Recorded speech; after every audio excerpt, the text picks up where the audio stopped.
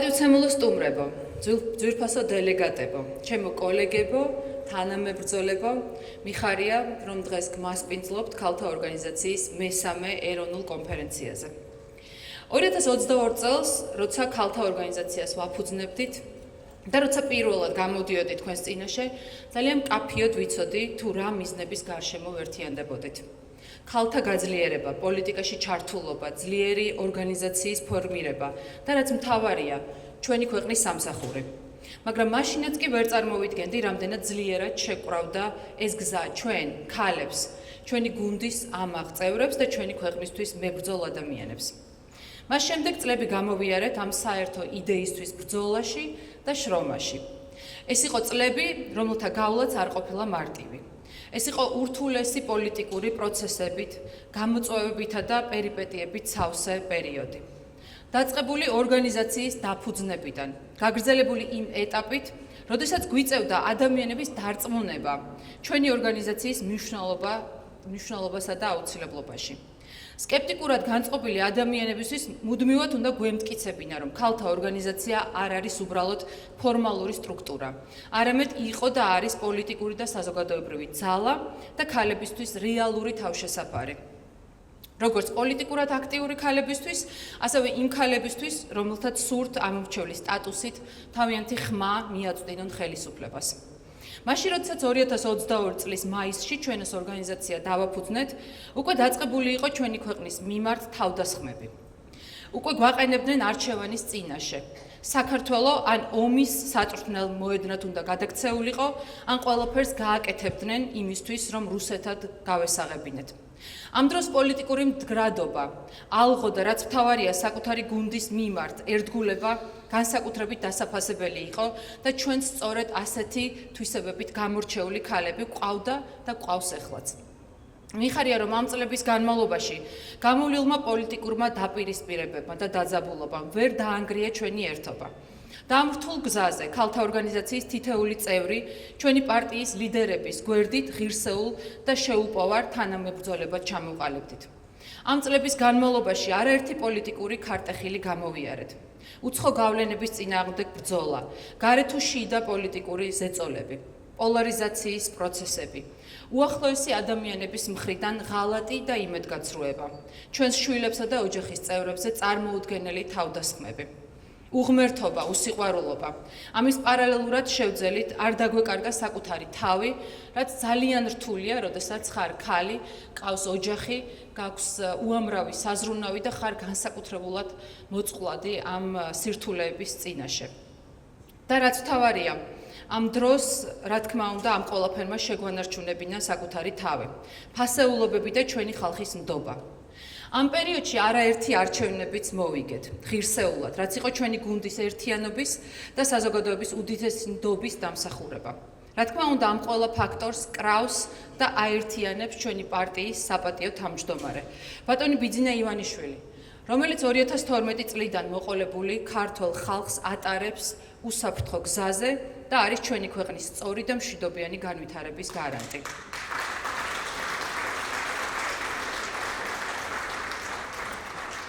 ამ გამოვლილი პოლიტიკური პროცესების პარალელურად არ გაჩერებულა ქალთა ორგანიზაციის საქმიანობა. პირიქით, სწორედ ამ პერიოდში მისი მნიშვნელობა კიდევ უფრო გაიზარდა. ჩამოყალიბდა და გააძლიერდა ორგანიზაციული სტრუქტურა. რეგიონებში ორგანიზაციის ქსელი გაფართოვდა, გაჩნდა აქტიური ქალების ძლიერი ბირთვი, რომელთა უმრავლესობაც აქ ხართ და ყოველდღიური მუშაობა გახდა ჩვენი მთავარი ძალა. დღეს ჩვენი ორგანიზაცია არის მთელი ქვეყნის მასშტაბით გაშლილი სტრუქტურა.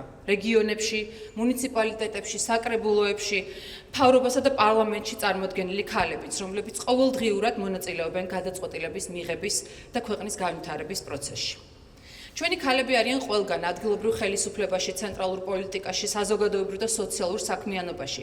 ეს არის რეალური ჩართულობა და არა ფორმალური წარმომადგენლობა. ვფიქრობ, განსაკუთრებული მნიშვნელობა ჰქონდა იმ პერიოდს, როდესაც ქალთა უფლებების დამცველებმა ნიღბები ჩამოიხსნეს და საზოგადოებისთვის ნათლად გამოჩნდა, სად მთავრდება რეალური უფლებათა დაცვა და სად იწყება პოლიტიკური დაკვეთა. სწორედ ასეთ დროს კიდევ უფრო მკაფიო გახდა ჩვენი პარტიის ქალთა ორგანიზაციის რეალური როლი ჩვენი საზოგადოებისთვის. არა ხმაურით, არამედ საქმით, პასუხისმგებლობით და შედეგებით ქალთა ინტერესების დაცვა.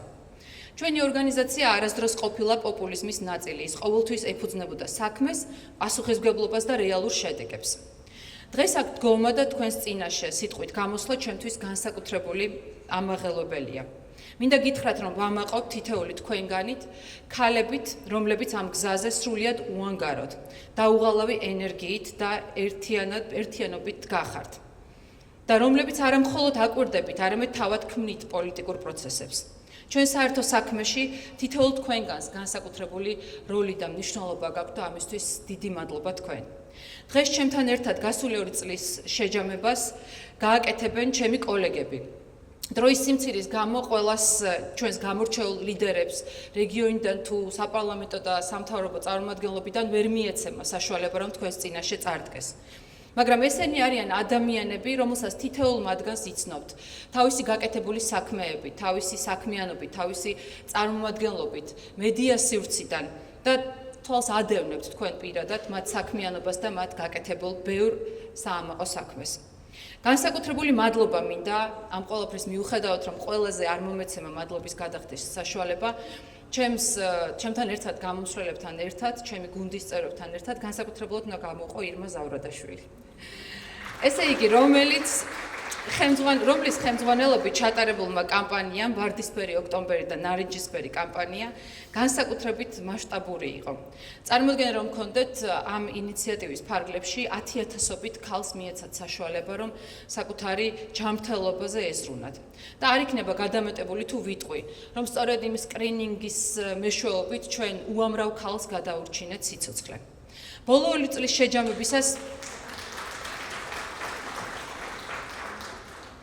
წლის შეჯამებისას მინდა მადლობა გადაუხადო ჩვენი ორგანიზაციის იმ წევრებს, რომლებმაც გამგეობა დატოვეს ზოგმა დიპლომატიურ საქმიანობაში, ზოგმა აღმასრულებელ ხელისუფლებაში გადანაცვლების გამო, თუმცა ისინი ჩვენს გვერდით არიან, ბევრ მათგანს აგვხედავ, მინდა მათ განსაკუთრებული მადლობა უთხრა და რა თქმა უნდა, განსაკუთრებული მადლობა მინდა გადაუხადო ჩვენს ორგანიზაციაში აფხაზეთისა და ცხინვალის წარმომადგენლებს. ეს იყო დაუღალავი ქალბატონი ნაირა მარშანია, რომელიც ესეთ უნდა იყოს ჩვენთან დარბაზში, თუმცა ჯანმრთელობის პრობლემების გამო შესაძლოა დღესაც არ არის და ასევე გთხოვა, რომ იგი ჩაგვენაცვლებინა. ის იყო მაგალითი ყველასთვის, რომ ასაკის მიუხედავად, როგორ შეიძლება იყო ისეთი მშვენიერი, ისეთი მშრომელი, ისეთი კეთილი და ქონდეს უამრავი ეს ცხოვრებისეული გამოცდილება, რომელიც გაძლიერებს და არ გთრგუნავს, რადგან მას უმძიმესი ომი აქვს გამოვლილი. ჩვენ და სამწუხაროდ. მე მინდა მადლობა უთხრა ასევე ცხინვალის წარმომადგენელს მაია ცოტნიაშვილს, ამ ორივე ადამიანს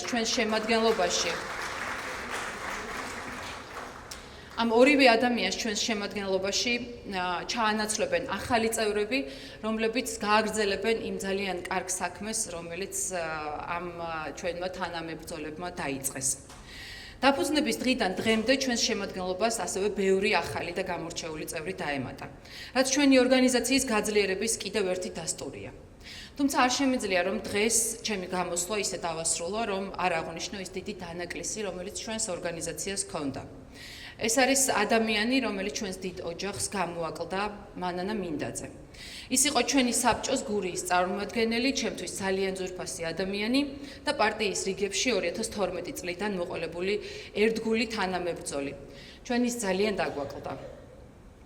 ამ წლების განმავლობაში არაერთ რეგიონს ვეწვია და უამრავი შეხვედრა მქონდა. თითოეული ეს შეხვედრა თავისი შინაარსით, ადამიანებით გამორჩეული იყო და დასამახსოვრებელი, თუმცა ერთ-ერთი შეხვედრა მინდა რომ მოგიყვეთ.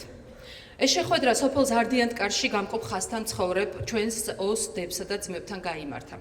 მათი თვალები და სიტყვები დღემდე ჩემს მეხსიერებაშია. ზარდიანტკარში ჩვენი ჩასვლა დაემთხვა პერიოდს, როდესაც მიმდინარეობდა მწვავე კამათი მშვიდობის ფასზე. ზოგიერთები ჩვენს მშვიდობისადმი ტოლვას ღიად დასცინოდნენ, ზოგს კი ეჭვიეპარებოდა ჩვენს გულწრფელობაში. სწორედ ამ მძიმე ფონზე იმ ქალებმა, რომლებსაც თავად ჰქონდათ გამოცდილი ომის ფასი, დიდი ემოციით გამოგვაცილეს. გვითხრეს, რომ მათ საკუთარ თავზე ჰქონდათ გადატანილი ომის ტრაგედია და გთხოვეს დაგვეცვა მშვიდობა, რათა ეს ტკივილი აღარავის გამოეცადა. ეს არ იყო მხოლოდ თხოვნა, ეს იყო დიდი ადამიანური პასუხისმგებლობა, რომელიც გულით მოგვანდეს. იქიდან წამოსულებმა კიდევ უფრო მძაფრად ვიგრძენით ჩვენი მთავარი მოვალეობა და ის მისია, რომელიც ყველამ ერთად უნდა შევასრულოთ. ჩვენი ორგანიზაცია თითოეული ჩვენგანისთვის არის პასუხისმგებლობა, ერთგულება და რწმენა. ეს არის სივრცე, სადაც ქალი ნიშნავს ძალას, ლიდერობას და ქვეყნის სამსახურს. ეს არის ქალის ძალა, რომელიც არ გამოიხატება მის ფიზიკურ სიძლიერეში, დესტრუქციულობაში, არ გამოიხატება აგრესიაში, უსაქციელობაში თუ უღმერთობაში. ეს არის ძალა, რომელსაც ქალი თავის თავში ატარებს, როგორც სიცოცხლის საწყის, როგორც სიყვარულის წყაროს და ზრუნვის უბადლო მაგალითს. ჩვენი ორგანიზაციის რეგლამენტით ყოველ 2 წელიწადში ერთხელ ვიკრიბებით ეროვნულ კონფერენციაზე, რათა შევაჯამოთ მიღწევები, განსაზღვროთ ახალი მიზნები და კიდევ უფრო გავაძლიეროთ ჩვენი საერთო ხედვა საქართველოს განვითარების შესახებ. დღევანდელი მესამე კონფერენციაც სწორედ ამ ერთიანობის, განახლების და განვითარების სიმბოლოა. დღევანდელ კონფერენციაზე საზოგადოებას წარუდგენთ ქალთა ორგანიზაციის განახლებულ გამგეობას და ავირჩევთ ორგანიზაციის თავმჯდომარეს. ეს არის ახალი ეტაპი, ახალი პასუხისმგებლობა და კიდევ უფრო დიდი ენერგია მომავლისთვის.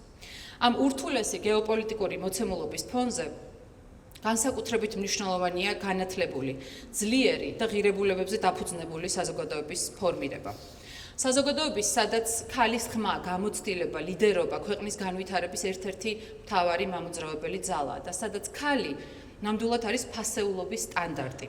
სადაც ქალი როგორც დედა არის სწორედ ამ ფასეულობის და სიბრძნის გადამცემი ჩვენი მომავალი თაობისთვის. ჩვენ გვჯერა, რომ ძლიერი ქალები ქმნიან ძლიერ საზოგადოებას. კულტურა არის ერის სახე, ხოლო მშვიდობა ქმნის განვითარების შესაძლებლობას.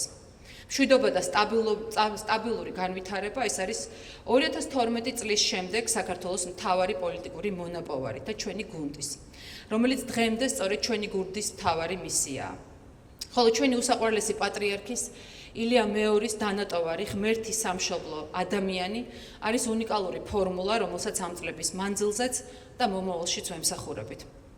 მე მჯერა, რომ ჩვენი ორგანიზაციის ყველაზე წარმატებული წლები ჯერ კიდევ წინ გვაქვს, მეგობრებო, რადგან როცა ქალები ერთიანდებიან, ქვეყნის მშვიდობისთვის და მომავლისთვის ეს არის ნამდვილად რეალური ძალა. და ბოლოს, ძლიერი საქართველო შენდება მაშინ, როდესაც სახელმწიფო, საზოგადოება და ეროვნული ღირებულებები ერთ მიზანს ემსახურება. ჩვენი ქვეყნის მომავალს. გვიყვარდეს ღმერთი, სამშობლო და ადამიანი. დიდი მადლობა.